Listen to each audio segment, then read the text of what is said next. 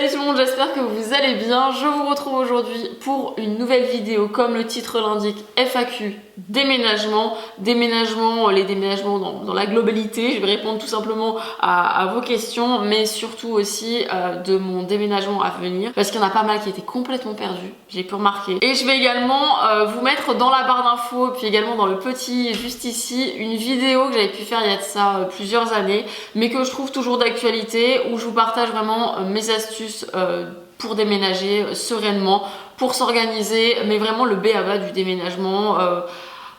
Ouais, voilà, je vous partage un petit peu de tout dans cette vidéo, de comment s'occuper de sa machine à laver, les choses à faire en priorité, les changements d'adresse, enfin voilà, il y a vraiment beaucoup de choses dans cette vidéo, mais je vous invite à aller la regarder parce que je trouve qu'elle est assez complète encore de nos jours, donc voilà. Je vous l'ai mise dans la barre d'infos. Sans vous faire languir, je vais répondre directement à la question qui m'a été le plus posée ces derniers mois. Et j'ai bien vu sous mon dernier vlog qu'il y avait des gens qui étaient complètement paumés, qui comprenaient absolument rien à ce qui se passait dans ma vie actuellement. Je vous explique pour remettre les bases. Il y a de ça 4 ans, on a acheté une maison. On y a vécu pendant 2 ans, je crois.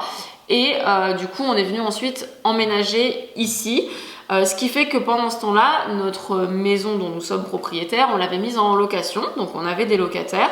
Là, nos locataires viennent de quitter la maison et nous, en fait, on quitte cette maison pour venir vivre à nouveau dans notre ancienne maison. Et pourquoi nous avions quitté la maison? Tout simplement parce que mon chéri a été muté à 700 km de celle-ci et que du coup, quotidiennement, c'était un peu compliqué. En partant il y a 2 ans, savais-tu que tu retournerais dans ta maison 2 ans plus tard? Alors, pas réellement. En fait, je savais qu'on déménagerait dans 2 ans, mais je ne savais pas où est-ce que mon chéri serait muté. On avait grandement espoir en fait qu'il soit remuté là où on vivait avant. Mais voilà, après c'est pas non plus de notre ressort tout ça, donc du coup voilà, on avait espoir quand même que, c'est pour ça qu'on n'a pas vendu la maison et qu'on a fait un petit coup de poker en se disant écoute, on la met en location et on croise les doigts et on verra bien ce qu'il en est à ce moment-là.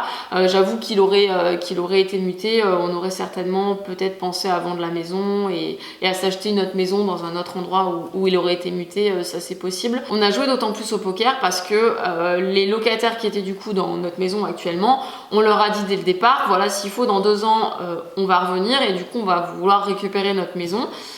Mais voilà, après entre la parole des gens où tu dis voilà on va faire un bail, mais légalement c'était pas possible d'établir en fait un bail de 2 ans parce que c'était pas un bail, c'était pas une maison qui était meublée, enfin bref il y avait plein de trucs juridiques sans rentrer dans les détails parce que sinon ça va être très très long.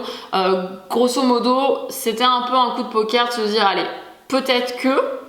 Et il va falloir aussi espérer que ça se passe bien, que la maison soit en état, etc. Et franchement, je suis trop contente parce qu'on est tombé sur des gens en or, des locataires parfaits. Franchement, je suis trop contente parce que j'ai plein de copains qui ont fait ça et qui ont retrouvé leur maison dans un état déplorable que franchement j'avais un peu la pétoche. Je vous avoue, j'avais un peu la pétoche parce que les expériences autour de moi, j'en ai eu aucune de positive. Donc moi je suis très contente de vous partager aujourd'hui le fait que la mienne a été très positive et que je vous souhaite la même chose si jamais vous avez à vivre ça. Mais voilà, tout simplement. Et on va passer à la deuxième question parce que sinon on va pas s'en sortir. Deuxième question qui est d'ailleurs la troisième. Dans quel coin de France déménagez-vous? Dans quelle région? Etc. Alors, je partage jamais la région à proprement parler. Je découpe la France, on va dire. Et voilà. Et donc du coup, là je vous avais dit que j'habitais en Bretagne, mais la Bretagne c'est immense.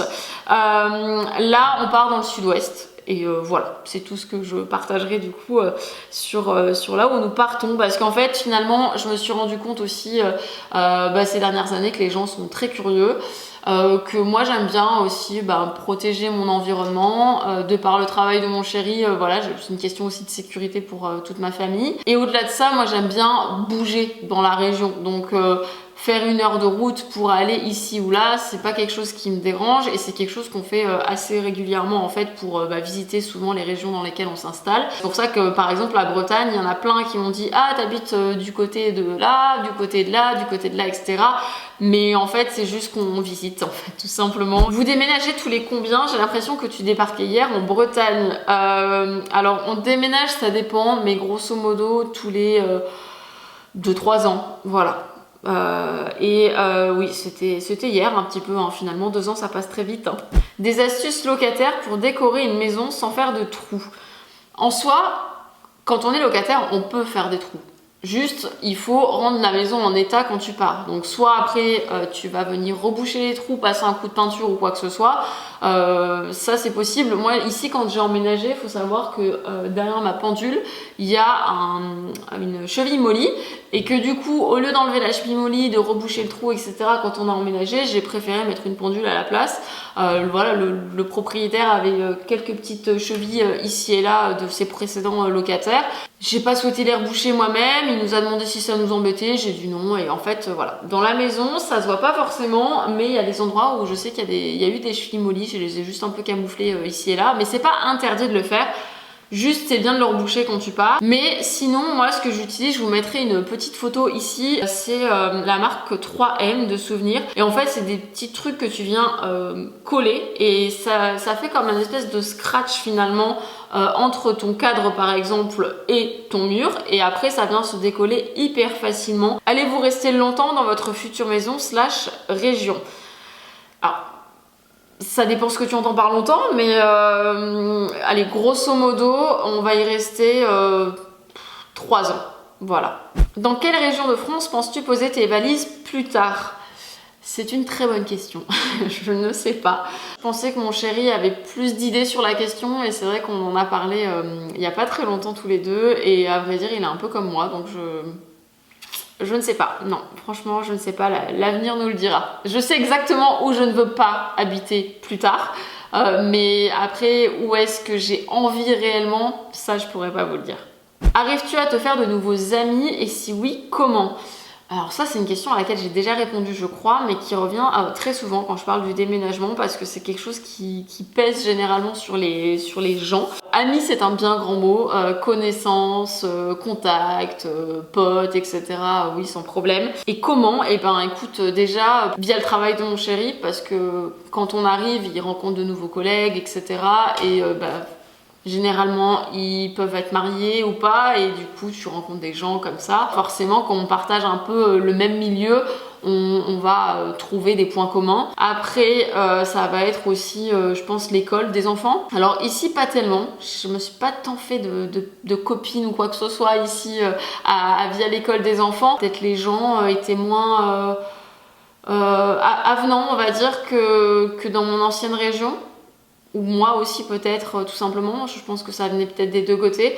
Mais là pour exemple quand on est passé dans notre ancien village, j'ai une maman d'un copain de Biam à l'époque qui nous a vus et qui était là et on a commencé à papoter etc. Et ça c'est chouette parce que ça te fait chaud au cœur, tu te dis ah c'est cool en fait, t'as des gens avec le smile et sympas qui sont là et qui sont prêts entre guillemets à t'accueillir. Ça dépend où t'habites mais tu peux très bien te faire des contacts via tes voisins, via le sport quand tu fais du sport, voilà, dans plein de milieux différents finalement où tu peux rencontrer des gens. Nous généralement on habite dans des petits villages donc aussi ça va vite. Je trouve dans les petits villages parce que voilà, tu vois toujours les mêmes personnes, les mêmes têtes, le boulanger c'est toujours le même et donc ça crée un peu plus de liens au fur et à mesure des mois qui passent. J'ai pas réellement de comment se faire des contacts, mais disons qu'il faut aussi se forcer à être un peu plus avenant aussi, d'aller plus facilement vers les autres, et de raconter sa life, pourquoi pas, voilà, je viens d'arriver dans la région, je connais pas grand monde, t'en fiches en fait. Après les gens ils te jugent pas, on s'en fiche. Voilà, toi si tu peux en tirer 2-3 contacts par la même occasion et te faire des potes, pourquoi pas hein. C'est mon premier déménagement, je suis stressée comme jamais, j'ai l'impression que toi tu ne l'es pas du tout. Comment fais-tu?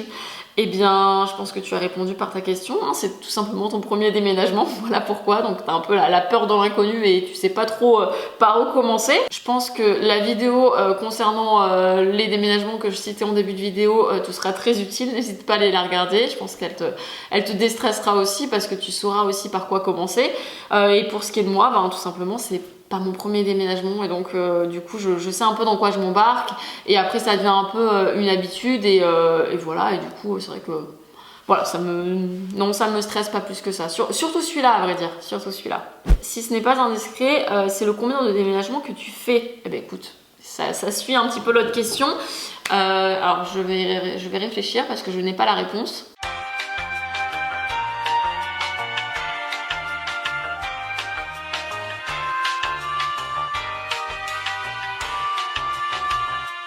je dis pas de bêtises, je crois que ce sera notre 9e déménagement à mon chéri et moi, hein, donc depuis qu'on a commencé notre vie d'adulte. Ouais, on déménage tous les 2-3 ans, hein, grosso modo, donc bah voilà. Du coup, je pense que ça y fait aussi. C'est pour ça que je suis pas trop stressée. Du coup, cette maison, est-ce la maison de toute une vie? Absolument pas. On s'est pas dit, ah bah tiens, on se projette quand nos enfants sont plus grands, quand machin. Non, vraiment, on se voit pas vieillir dans cette maison. C'est une maison, quand on l'a achetée vraiment, on l'a achetée aussi dans l'optique de la revendre.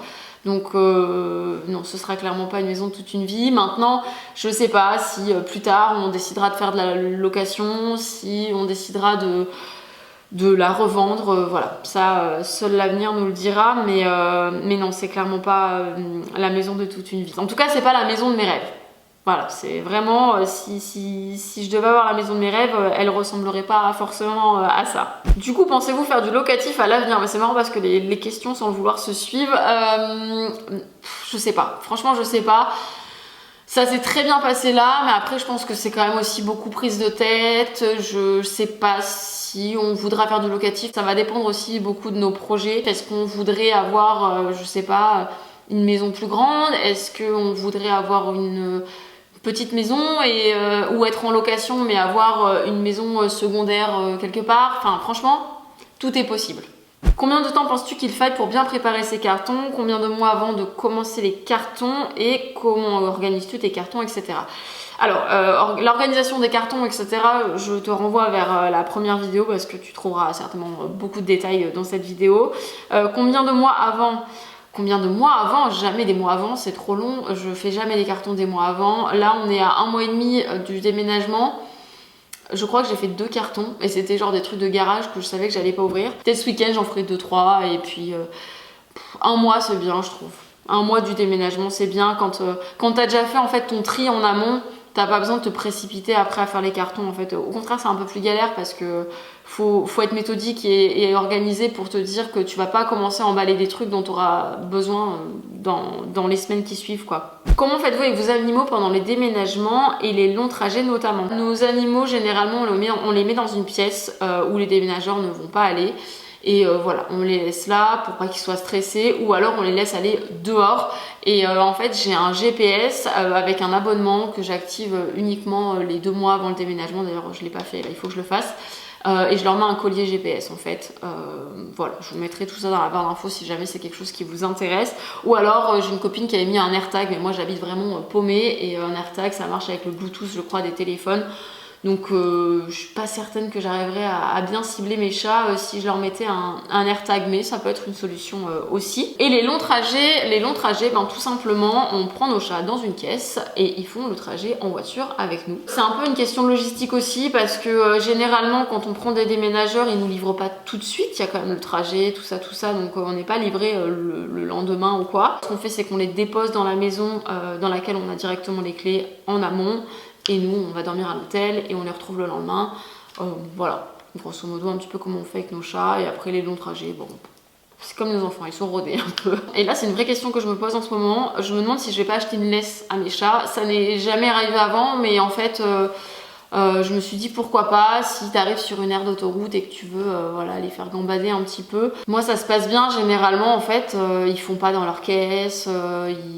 En fait, la veille, je leur donne plus de croquettes et du coup ils sont à jeun le matin et voilà, et on prend la route dans la foulée. Après, nos 2 chats ont des caractères différents, donc on ouvre un peu la caisse de temps en temps dans la voiture pour faire des petites papouilles, mais il y en a un qui aime bien être en caisse. On a la plus vieille des 2 qui déteste ça, et en fait ça on l'a compris que des années plus tard, la pauvre, et en fait elle se pose dans un coin et elle ne bouge pas. Soit sur les jambes du passager, soit à l'arrière en fait, sur le tableau de bord quoi. Enfin, voilà, elle aime bien se mettre là-bas et elle bouge pas.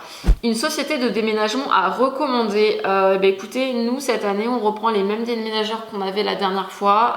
C'est l'Attelade, ça s'appelle.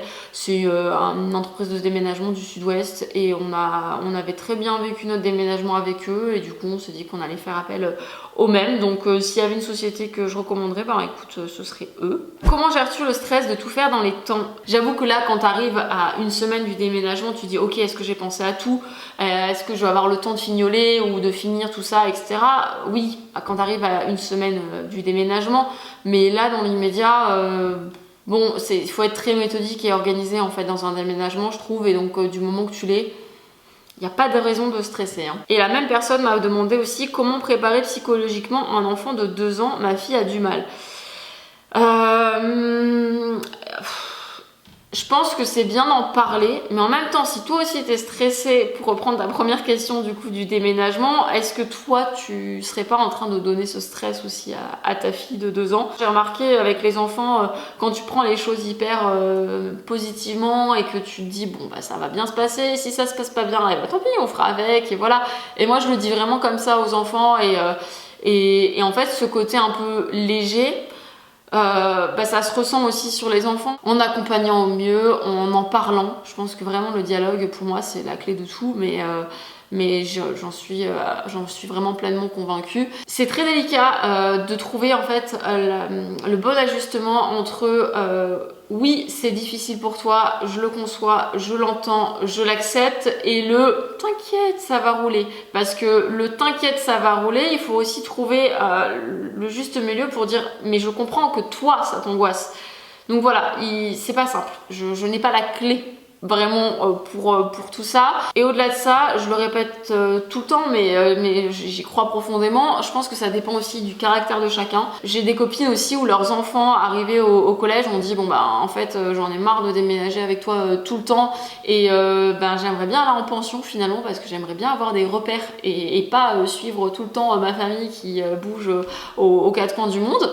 Et en même temps t'as des enfants qui adorent ça et qui te disent ah bah c'est quand qu'on déménage, ok cool, ça va être trop cool, on va découvrir un autre endroit et tout. Donc vraiment je pense que ça dépend des personnes. Au-delà du caractère, je pense que ça dépend aussi de la vie actuelle, c'est-à-dire que tu peux très bien avoir tel caractère, mais en fait ta scolarité se passe pas forcément bien, tu t'es pas fait forcément des gros potes, les gens tu te sens un peu peut-être en décalage parfois, ça peut arriver avec certaines personnes. Voilà, il peut y avoir plein de choses qui rentrent en jeu. Penses-tu faire un house tour, vidéo déco, vlog déco, etc. J'adore ton style, merci. Alors, house tour, je ne sais pas, peut-être. À vide, comme j'avais pu faire ici, pourquoi pas, si j'arrive dans les temps et que voilà.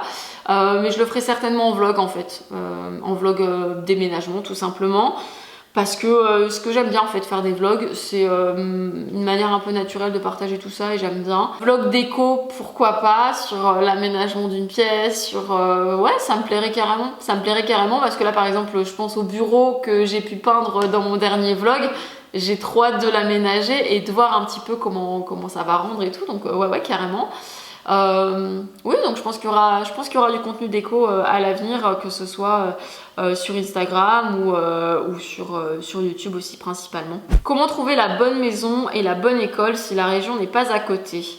Écoute, cette maison là dans laquelle je suis, je ne l'ai pas visitée. Si, je l'ai visitée, mais qu'après coup en fait, j'avais déjà signé tous les papiers pour la prendre et tout ça, et après coup j'ai pu la visiter des mois plus tard et des mois avant d'emménager. J'ai une de mes maisons que je n'ai absolument pas visitée, mon chéri l'a visitée, il m'avait envoyé quelques photos à l'époque, c'est la maison dans laquelle j'ai vécu quand j'étais enceinte de Liam. Bon voilà, faut savoir aussi je pense relativiser, parfois on peut s'attarder sur des détails qui sont pas très important finalement, et moi je marche vraiment beaucoup au feeling. Pour les écoles c'est pareil, les lieux au ressenti, tout ça c'est un peu comme ça que moi je fonctionne.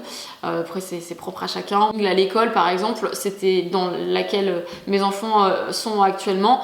Au départ, c'était pas mon premier choix parce que tout le monde me vantait d'autres écoles et celle-ci, personne n'en parlait. Moi, j'y suis allée au feeling et honnêtement, cette école, on est hyper dégoûté de la quitter parce qu'on l'adore. Franchement, on adore cette école, les gens qui travaillent, enfin... Ouais, voilà. Et pourtant, au départ, tout le monde nous disait « Oh, bah tiens, celle-là plutôt, celle-là plutôt. » Et moi, j'ai marché au feeling et ça a très bien matché, donc... c'est la seule réponse que j'ai. Je sais pas si ça aide, hein, parce que voilà, chacun a son feeling, hein, mais parfois on l'a pas du tout. Mais en tout cas, moi c'est comme ça que ça marche. Et après, quand la région est pas à côté, tu vas visiter. Nous on fait ça en fait. On va dire, là on y est allé il y a pas longtemps. Du coup, c'est 3 mois généralement avant d'emménager. c'est pour la recherche des maisons, pour tout ça, pour aller visiter les écoles, pour faire un petit point sur les villages aux alentours. Pendant 3 jours, on va visiter ici et là pour se faire une idée et marcher au feeling et prendre les locations et tout ça quoi. Je déménage et honnêtement, je ne sais pas par quoi commencer. Alors, premièrement, booker ta date de déménagement parce que si tu veux faire appel à des déménageurs, si tu veux louer un camion, si en fait ça dépend de l'époque à laquelle tu déménages, mais là par exemple à la fin d'une année scolaire, c'est à peu près à ce moment-là où tout le monde va déménager parce que les gens vont plutôt partir quand l'année scolaire se termine, quand les enfants vont reprendre une année scolaire plus tard, etc. Et là où il y a une grande période de vacances, il vaut mieux prendre les devants en bookant tout au niveau du déménagement. Un autre truc aussi à booker en amont, alors j'ai voulu le faire à mon précédent déménagement, mais l'entreprise m'a lâché le jour J sans me prévenir en plus, hein, vraiment. C'est de faire appel à une entreprise de nettoyage. Là j'ai un rendez-vous là qui va être prévu prochainement là pour cette maison là. C'est un budget en plus, mais honnêtement là cette maison est très très grande. Je vais être déjà beaucoup prise dans faire les cartons, défaire les cartons, etc. et gérer mes enfants et tout pendant cette période où je serai quand même plus ou moins seule, et du coup j'ai pas envie en fait de me prendre la tête le jour J à m'occuper de tout ça alors qu'on a 8 heures de route dans la foulée.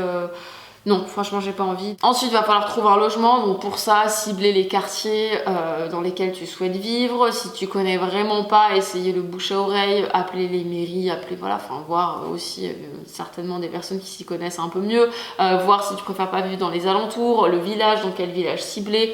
Voir le temps de route aussi jusqu'au travail. Enfin bref, plein de petites choses comme ça. Et enfin, les écoles. Mais les écoles, c'est un peu plus simple dans le sens où parfois t'as pas le choix parce que ça va être l'école qui va être à côté de ton lieu de vie tout simplement. Voire tu veux vraiment une école particulière hors contrat ou Montessori ou que sais-je, et ben voilà, là, tu cibles aussi en fonction de tes envies. Après il va falloir faire du tri dans ses affaires.